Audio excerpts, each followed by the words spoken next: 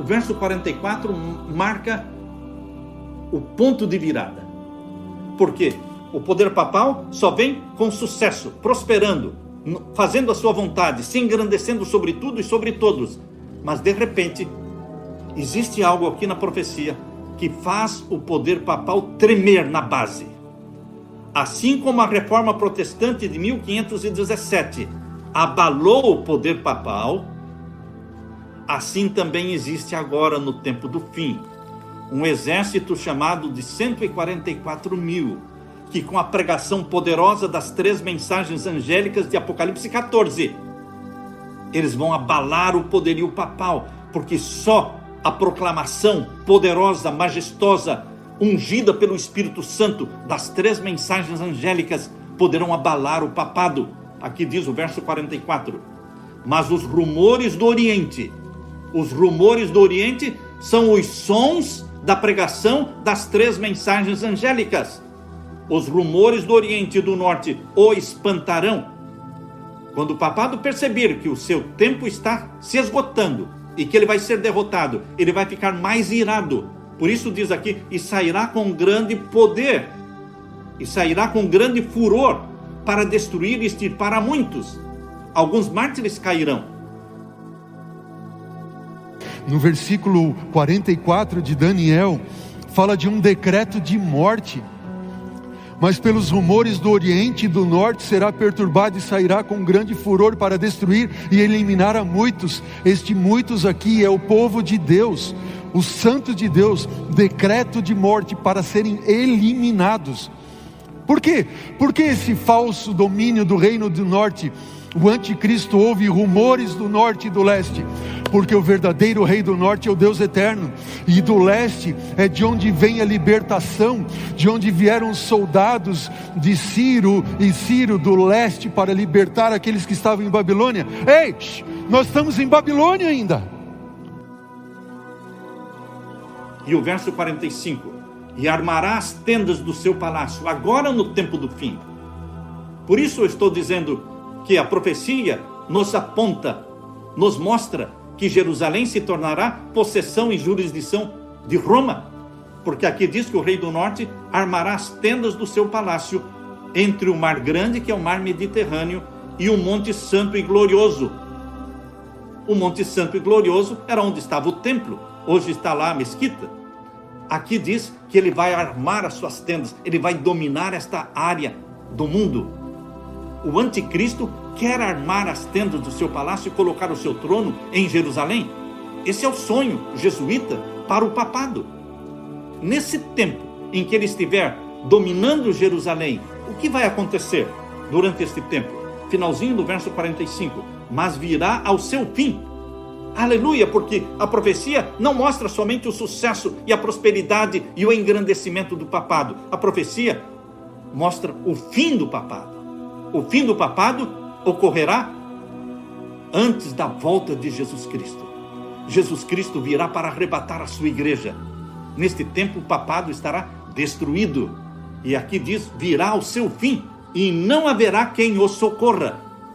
Quando você lê Apocalipse 13, verso 3... falando da ferida mortal que aconteceu no papado em 1798. Lá em Apocalipse 13, verso 3, diz que essa ferida mortal seria curada. E está sendo curada desde 1929. Aqui no capítulo 11 de Daniel, verso 45, diz, virá o seu fim e não haverá quem o socorra. Não haverá cura para esta ferida mortal final. Após a última supremacia papal do tempo do fim, que será de 3 anos e meio. Na Idade Média, 3 anos e meio proféticos. E agora, no tempo do fim, 3 anos e meio literais. Esse é o período da supremacia papal do tempo do fim. 3 anos e meio literais. 42 meses. E assim, meus queridos, haverá o fim do poderio papal. E não haverá quem o socorra. Em nome de Jesus Cristo, você e eu seremos ajudados. Seremos auxiliados e protegidos e libertados pelo Miguel, o grande príncipe, que aparece aqui no verso seguinte. O verso seguinte não fala do sucesso papal, mas fala do sucesso do povo de Deus. Porque o povo de Deus será amparado e protegido por Miguel, o grande príncipe, nosso querido Jesus Cristo. Daniel capítulo 12, verso 1.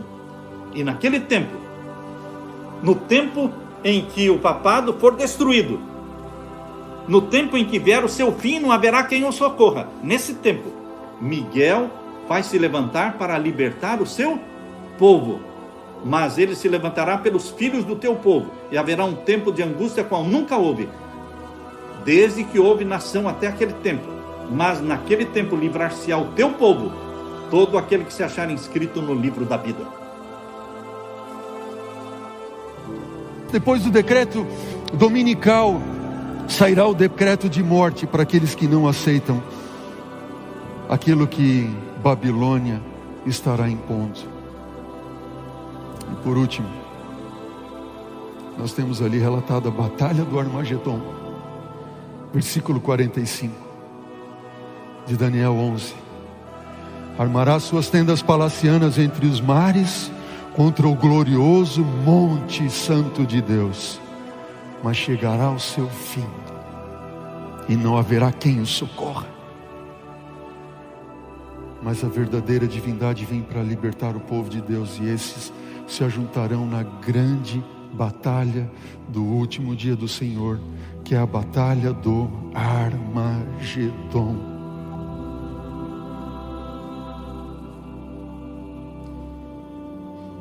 O capítulo 11, ele não termina no verso 45. E se você olhar para o 12, ele começa com a seguinte expressão: nesse tempo. Que tempo é esse? É o tempo do fim, aludidos no capítulo 11 várias vezes. Nesse tempo, ou seja, no tempo do fim, se levantará Miguel, o grande príncipe. O que é o levantar-se de Miguel? É o deixar o santuário celestial. No capítulo 7, Jesus entra e se assenta. No capítulo 12, ele se levanta. Por que ele se levanta? Porque terminou o juízo. E o verso diz assim: e haverá um tempo de angústia qual nunca houve, desde que houve nação até aquele tempo, mas naquele tempo será salvo todo o teu povo, todo aquele que for achado inscrito no livro. E agora o capítulo 12 vai começar a detalhar a chegada do tempo do fim. E vamos passar por vários eventos e períodos proféticos, como os 1290 e 1335 dias, que aí estão no capítulo 12. Assim, o clímax do capítulo 11 é o ataque final contra o povo de Deus. Um tempo de angústia qual nunca houve.